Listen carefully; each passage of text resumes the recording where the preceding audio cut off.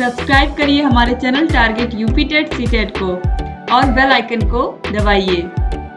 Hello friends, मैं रेनू स्वागत करती हूँ आप सभी भावी अध्यापक एवं अध्यापिकाओं का आपके अपने channel target UP TET CTET. दोस्तों, आपके डीएलएड फर्स्ट सेमेस्टर में जो आपका सेकेंड पेपर है, पहला पेपर आपको पता है बाल विकास एवं सीखने की प्रक्रिया, जिसका सिलेबस मैंने बता दिया, जिसकी क्लासेस आपको मिल रही हैं। तो यहाँ पर ये जो आपका सेकेंड पेपर है शिक्षण अधिगम के सिद्धांत, इसमें जो पहला टॉपिक आप पढ़ोगे वो है संप्रेषण।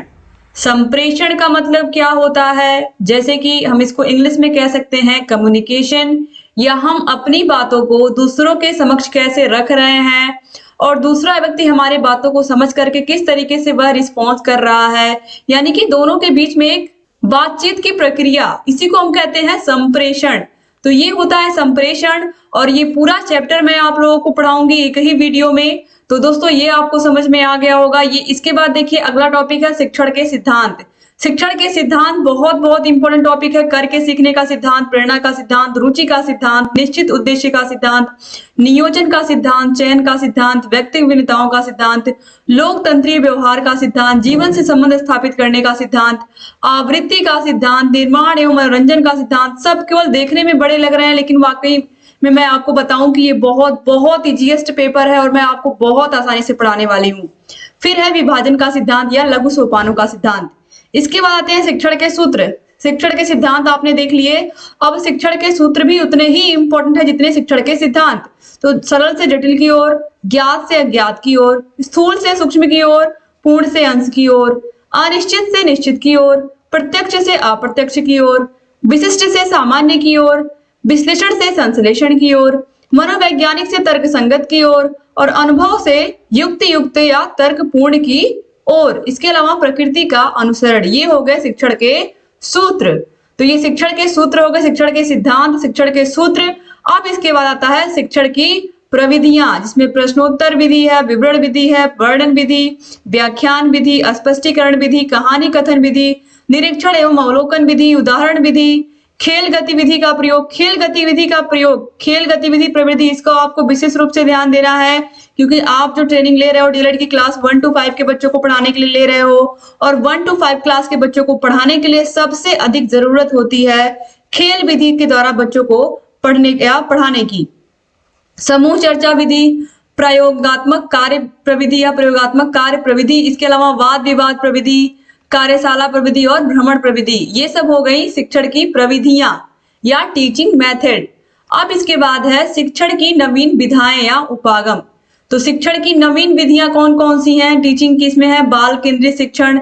तो जो भी शिक्षा आप दे रहे हो बच्चों को, वो बाल केंद्रित ही है, ये आपको याद रखना है, क्योंकि हम बच्चों को बाल केंद्रित शिक्षा दे रहे हैं। आज के समय की शिक्षा को हम बाल केंद्रित शिक्षा ही कहते हैं। बालक को ध्यान में रख करके ही हम सिलेबस को पढ़ाते हैं। फिर है क्रिया गतिविधि आधारित शिक्षण, रुचिपूर्ण आनंददायी शिक्षण, सहभागी शिक्षण, दक्षता आधारित शिक्षण, उपचारात्मक शिक्षण, बहुकक्षा या बहुस्तरीय शिक्षण।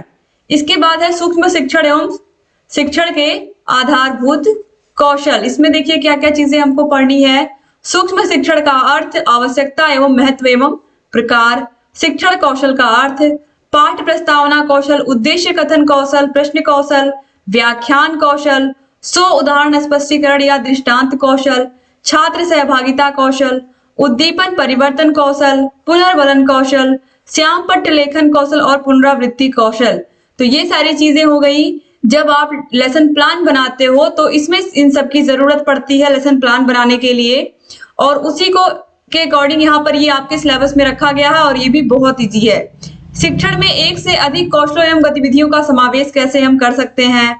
अब इसके बाद है अपेक्षित अधिगम स्तर। इसमें संकल्पना, अधिगम स्तर की संप्राप्ति में अधिगम अनुभव का संयोजन। इसके बाद दोस्तों देखिए फिर है अपेक्षित अधिगम प्रतिफल का, अधिगम का पुनर्वलन में महत्व। इसके बाद है शिक्षण अधिगम सामग्री। तो शिक्षण अधिगम सामग्री यानी कि टीचिंग लर्निंग मटेरियल बच्चों के लिए हम क्या क्या बना सकते हैं, कम लागत में क्या क्या चीजें उनके लिए बना सकते हैं जो उनके पढ़ाई में, उनके कॉन्सेप्ट क्लियर करने में उपयोगी हो। ये सारी चीजें इसमें आएंगी। और फिर है शिक्षण अधिगम सामग्री के प्रकार। तो शिक्षण अधिगम सामग्री के प्रकारों में क्या क्या चीजें आती हैं। तो शिक्षण अधिगम सामग्री में दृश्य सामग्रियां आती हैं, ये आपको पता है। दृश्य सामग्री में यहाँ पर आप देखिए ब्लैक बोर्ड हो गया, गणित किट हो गया, विज्ञान किट, पाठ्य पुस्तकें, प्रशिक्षण साहित्य।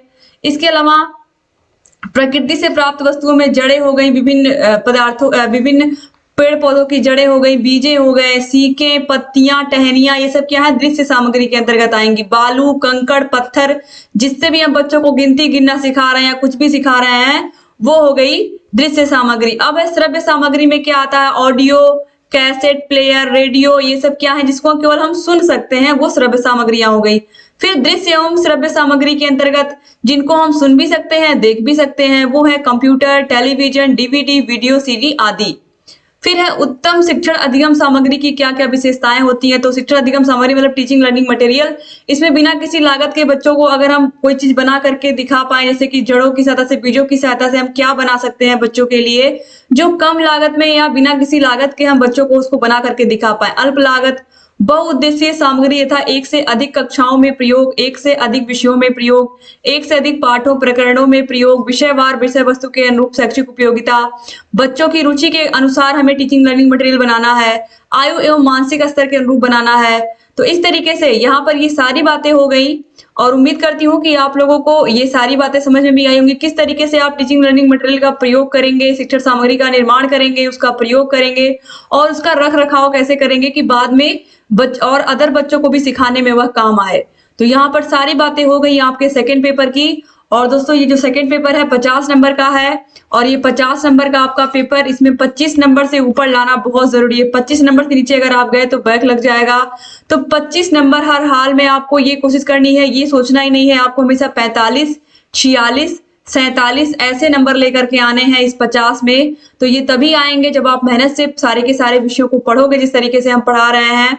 तो डिस्क्रिप्शन बॉक्स, कमेंट बॉक्स में सारे के सारे विषयों की लिंक मिल जाएगी। सारे विषयों की सीरीज ऑलरेडी हमने पढ़ा दी है, अब क्लासेस भी मिल रही है, तो आप सारे विषयों को देखिए और जहां कहीं कोई भी समस्या आ रही है हमसे बताइए। यहाँ ऊपर आई बटन पर क्लिक करके आपको सारे के सारे विषयों की लिंक मिल जाएगी। डिस्क्रिप्शन बॉक्स, कमेंट बॉक्स में आपको सारे के सारे विषयों की लिंक मिल जाएगी। जहां कहीं कोई भी समस्या आ रही है हमसे बताइए। सारे के सारे वीडियोस को आप देखिए और अगर चैनल को सब्सक्राइब नहीं किया तो प्लीज तुरंत सब्सक्राइब कर दीजिए। बगल में घंटी का निशान होगा, उसको भी प्रेस कर दीजिए ताकि जो भी नई वीडियोस हम बनाते हैं उसका नोटिफिकेशन आपके पास समय से जाए और आप बिना मिस किए हमारे सारे के सारे वीडियोस को ऐसे ही देखें। डिस्क्रिप्शन बॉक्स, कमेंट बॉक्स में आपको हर विषय की लिंक मिल जाएगी और आप अगर इसकी पूरी की पूरी पीडीएफ चाहिए जो सिलेबस मैंने बताया है तो इसके लिए आप हमारे टेलीग्राम से जुड़ जाइए। टेलीग्राम का लिंक आपको डिस्क्रिप्शन बॉक्स, कमेंट बॉक्स में मिल जाएगा। आप टेलीग्राम से जुड़ करके सारे के सारे विषयों को देख सकते हो और अपनी तैयारी को बेहतर बना सकते हो। चैनल से बने रहिए दोस्तों। वीडियो को पूरा देखने के लिए आप सभी भाई बहनों का बहुत बहुत शुक्रिया। और दोस्तों इस वीडियो को शेयर करना मत भूलिएगा कॉलेज के फ्रेंड्स को, व्हाट्सएप ग्रुप में, फेसबुक, जहां पर भी आपको लगे इस वीडियो को शेयर करना चाहिए प्लीज शेयर कर दीजिएगा। दोस्तों बने रहिए चैनल से। जय हिंद।